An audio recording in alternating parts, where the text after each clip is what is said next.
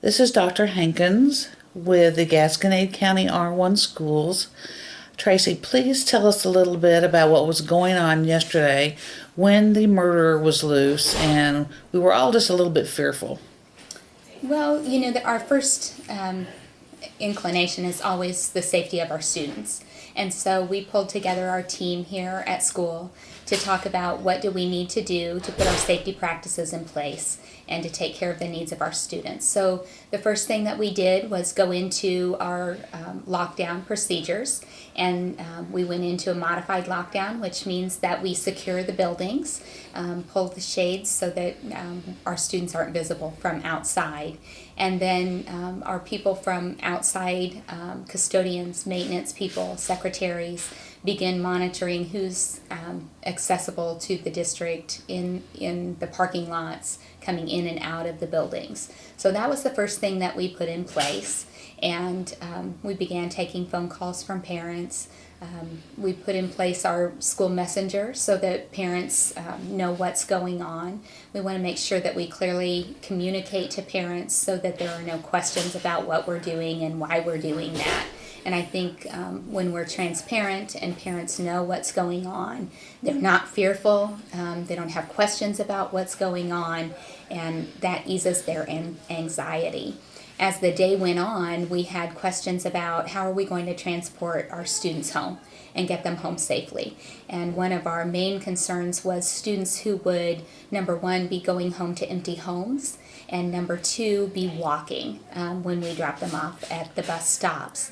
And so as we talked through that, the safest thing after we visited with law enforcement to do was not to run those buses on the north side of the Missouri River. And so we asked parents to come and pick up their students here at school, and they were very, very cooperative, and people were just great to do that. Tell me, how did you let the students know?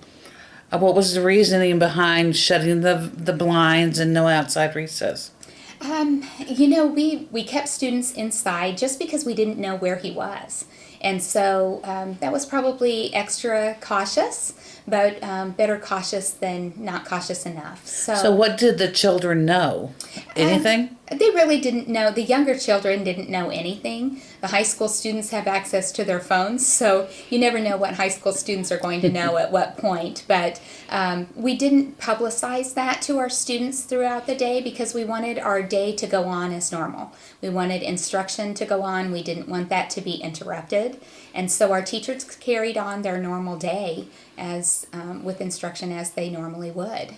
So this is a good example that the school does have a plan in place should there ever be any type of an emergency. That's correct. We do have a written plan in place, and we followed that yesterday. I think everyone felt very secure. Speaking as a parent, I know that you had sent, 5, 6 messages yesterday, and you could tell the concern and the weariness in your voice. So I'm sure that not just for you, but for the teaching staff in general, this was a very wearing day. It was, and I think for our staff, they care about our kids so much. And, as we loaded kids yesterday afternoon, we just asked for any staff who was available to stay and help us load kids. And I think we were pretty close to a 2-to-1 ratio after school yesterday, having 2 staff members for every 1 student who was here to be picked up. So that shows the care and concern that our staff has for our students. That's excellent. And this morning, of course, we can say hallelujah. The suspect is caught. Yes, we are very thankful for that. Thank you so much.